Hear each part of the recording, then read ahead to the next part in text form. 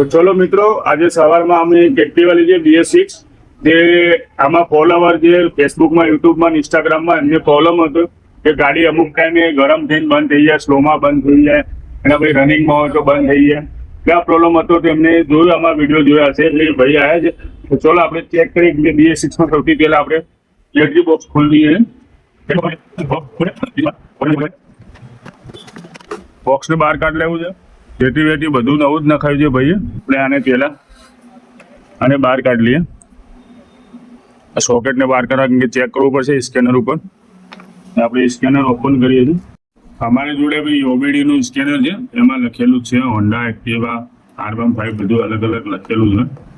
આપણે હોન્ડા લખેલું હોય એ લગાવી જ દેવાનું છે. આજે હોન્ડા વાળું આજે આમાં લગાવી દઈએ. પછી ચાવી લગાવીશું. ચાવી લગાવીને એને ઓન કરી દઈએ. આપણે OBDમાં જવાનું છે. આમાં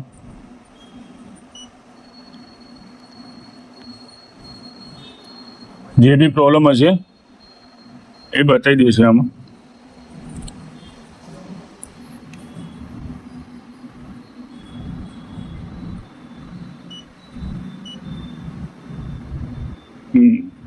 જોઈ શકો તમે આ ભાઈની અંદર એક એરર આવે છે. એરર છે P0335. ત્યાં લખેલું જ છે crankshaft piston sensor circuit.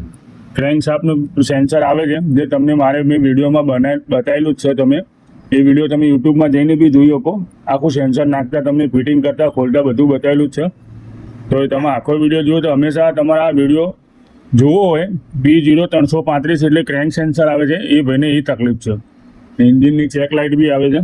આપણે આને રિસેટ કરીશું પણ એની પ્રોબ્લેમ પાછો આવશે. એટલે આ પ્રોબ્લેમ સોલ્વ કરવા માટે આપણે એનું ક્રેન્ક સેન્સર નાખી દઈશું. ક્રેન્ક સેન્સર ક્યાં આવે છે જોવા માટે અમારે યુટ્યુબ ચેનલમાં જઈને તમે એ વિડીયો જોઈ શકશો. બરાબર. હવે આ ભાઈને આપણે ક્રેન્ક સેન્સર નાખી દઈએ તો એ પ્રોબ્લેમને સોલ્વ થઈ જાય. સેન્સર ખોલવા માટે સૌથી પહેલાં આપણે 4 ડિસ્પ્લે લઈ લઈએ.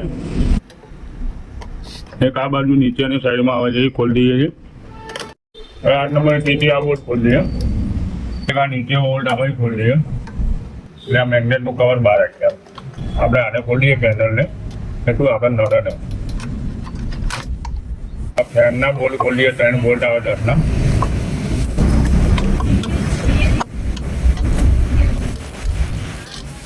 અહીંયાનો બોર્ડ છે 17 નંબરનો એક ખોલીએ અને સપોર્ટ આપી દઈએ. બોલ્ટ આપણે ખુલી ગયો. મેગ્નેટનો બોલ્ટ ખુલી ગયો છે આપણે. હવે આમાં મેગ્નેટ કુલર લગાવી. જો મેગ્નેટ કુલર એક્ટિવ વાળું નહીં લાગે, આમાં આપણે સ્પ્લેન્ડર વાળું લાગી જાય છે મેગ્નેટ કુલર. તો આ બી તમારે એક જાણવા જેવી વસ્તુ છે. એક્ટિવ વાળું તો આમાં નહીં લાગતું. ચાલુ રાખી. હવે આના આટા ફૂલ ચડી ગયા છે. આપણે એક બાજુ મેગ્નેટ આવી રીતે રાખી નીચેની સાઈડમાં થોડીથી કુલરને ફટકો મારવાનો, મેગ્નેટને નહીં. તો આપણે મેગ્નેટ બહાર આવીશું એટલે મેગ્નેટ એ ડેમેજ ના થાય. મેગ્નેટ ખોલવા માટે એના પાના લઈ લઈએ. એલેન્કી પાના લાગે છે એમાં. આ એલેન્કીનું પાનું આવે છે. 3 બોલ્ટ આવે છે. આપણે એક્ટિવા ઓલુમાં, ન્યૂમાં, બધામાં 4G 5Gમાં શું હોય 8 નંબરના 2 બોલ્ટ ને એક 8ના આવે. આમાં 3 બોલ્ટ આવે ટોટલ. એક નીચે એટલે ટોટલ 4 બોલ્ટ થાય. આપણે 3 બોલ્ટ ખુલી ગયા છે. એક આ નીચે આવે છે આ બાજુ. એની બી ખોલી દઈએ. એ ક્રેન્ક સેન્સર છે. એ અંદર દેખાય એવું નહીં વિડીયોમાં, પણ એમાં ગયેલી ગાડી છે. હા, એક આવો બોલ નીચે આવે છે. ક્રેન્ક સેન્સરમાં લાગે. અને વાયરિંગ માટે આ 2 10ના બોલ્ટ આવે છે. અને પ્લેટ છે. પ્લેટ બહાર આવી. આને બહાર કાઢી જે વસ્તુ નાખવાની હતી તમને હું બહાર કાઢીને બતાવું. 4 ડિસ્પ્લે લઈ લેવું છે. આવો 4 બોલ્ટ આવશે. સ્ક્રૂ આવી રીતે બહારની સાઈડ ખેંચવાનું એટલે બહાર આવી જાય. આખું તમને બહાર કાઢીને બતાવું. આને ઓઇલ બી લીકેજ છે તો આપણે ઓઇલ બી લીકેજ છે અને ઓઇલ બી ચેન્જ કરી દઈશું. બરાબર. પહેલાં આને આપણે બહાર કાઢીશું. આપણે ક્રેન્ક સેન્સર બહાર કાઢવા માટે આનો ક્રેન્ક સેન્સરનો જે સોકેટ છે એ 2 ટાઈપના આવે છે, બ્લેક ને વ્હાઇટ. આપણે બ્લેક આવ્યું છે. આને પહેલાં ખોલી દીધું છે. અહીંથી ટેપ લાગેલી છે. જ્યાં એક પિન આપેલી હોય છે ને આપણે ખોલી દીધી છે ને આને પાછી ફિટ કરી દઈશું. સોકેટ જ છે આને લોક માટે, એટલે અહીં અલગ થઈ જાય. ત્યાં એક આ આપેલી જે ઠેસી એને બી આવી રીતે આને બહાર કાઢી દીધી આપણે. વાયરિંગની જ છે. બધા કાઢી લીધા આપણે. પિનો બી વ્યવસ્થિત કાઢીને એને પાછ ફિટિંગ કરીશું. પહેલાં તમને જૂનું કાઢીને બહાર બતાવી દઉં. આ જોવાનું ક્રેન્ક સેન્સર, આ જુઓ મિત્રો જોઈ શકો ને. આપણે હું નવું તમને બતાવું છું, વિડીયો બનાવ્યો જો. આને ખોલતા ખોલતા મારી હાથોને હાલત જોઈ શકો. અમુક કસ્ટમરને એવું લાગે કે મને કરી આપો ફટાફટ, પણ આમાં આટલી બધી મહેનત હોય છે. મહેનત તો કરવી જરૂરી છે, એવું નથી કહેતો, પણ આ બધું હાલત થાય અમારી. આપણે ફિટ કરતા પહેલા આનું જૂનું જે તમને બતાવી દઉં. આ નવું છે, નવું ફિટિંગ કરતા બતાવો. જૂનું આને આપણે એને સાઈડમાં નાખી દઈએ.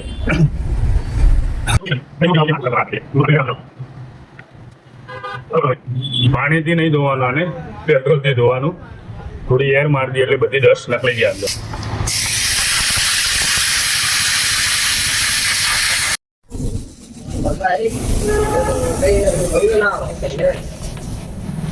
જો મિત્રો, કંપનીમાં તો શું આખી મેગ્નેટ ડિસ્ક ને ક્રેન્ક સેન્સર આખું સેટમાં જ આવે છે. આ તો શું કસ્ટમરને ખર્ચો બચી જાય એટલે આપણે ક્રેન્ક સેન્સર માર્કેટમાં અવેલેબલ છે એટલે આપણે ચેન્જ કરીએ છીએ. કેમ કે આમાં કોઈ ગેરંટી વોરંટી નથી આવતી. ઇલેક્ટ્રિક પાર્ટ્સમાં કોઈ ગેરંટી નથી આપતું. આપણે મેગ્નેટ ડિસ્ક બી લેવા જઈએ, કંઈ બી ઇલેક્ટ્રિક વસ્તુ ઓરિજિનલ બી નાખીએ તો કંપની બી નથી આપતી. એની કરતાં હું તો કોઈ આખી ડિસ્ક નાખવી એની કરતાં આ નાખી દેવું, આ પોસાય આપણને. તો આપણે ચલો આને ફિટ કરી દઈએ. તો વિડીયો બનાવ્યો ત્યાં સુધી આપણે એને ફિટ કરીએ. 4 ખાંચા બનેલા છે. 4 ખાંચા આ 4 પેલનો સ્ક્રૂ લાગે છે આમાં બોલ્ટ, એમાં એક્ઝેક્ટ આવવો જોઈએ. આ 3 બોલ્ટો છે સામે આમાં ફિટ થશે, પાર્ટેશનમાં ફિટ થશે મેગ્નેટ ડિસ્કના. આને આપણે પુશ જ કરવાના છે. બહારની સાઈડ રાખીને આમ પુશ જ કરવાનું છે. આપણે જો આ બાજુ જોઈ લેવાનું, બેસી જ ગયું છે બરાબર. હવે આનો સ્ક્રૂને આને ટાઈટ કરી દઈએ બરાબર. આપણે આ ફિટ થઈ ગયું છે. હવે આપણે હું એને ઓરસીલ નાખી દઉં, કેમ કે આખો વિડીયો બનાવવા જઈશ તો લાંબો થશે. આપણે બધું આ ફિટિંગ કરીને જવા જ દઈએ. તો જો મિત્રો, આપણે ક્રેન્ક સેન્સર નાખી દીધું છે. ક્રેન્ક સેન્સર નાખ્યા પછી આપણે એનું સેન્સર હતું, જે કોડ હતો એ તો ઓટોમેટિકલી જતો રહ્યો. જો તમે આ જોઈ શકો, આ જૂનો કોડ આવી ગયો. ક્લિયર કરવાની કંઈ જરૂરત નહીં, તો બી આપણે ક્લિયર કરી દઈએ. જે બી ડેટા હોય ક્લિયર થઈ જાય બરાબર. હવે તો હવે ઉપર જોઈ લઈએ આપણે. ચાવી ઓફ કરી, ચેક એન્જિન લાઇટ આવી, ચાલુ જો જતી રહી, આટલા સેકન્ડમાં જતી રહી છે બરાબર. એનો પ્રોબ્લેમ જે હતો એ સોર્ટ આઉટ થઈ ગયો. એટલે હવે આને ફિટિંગ ચાલુ કરી દઈએ.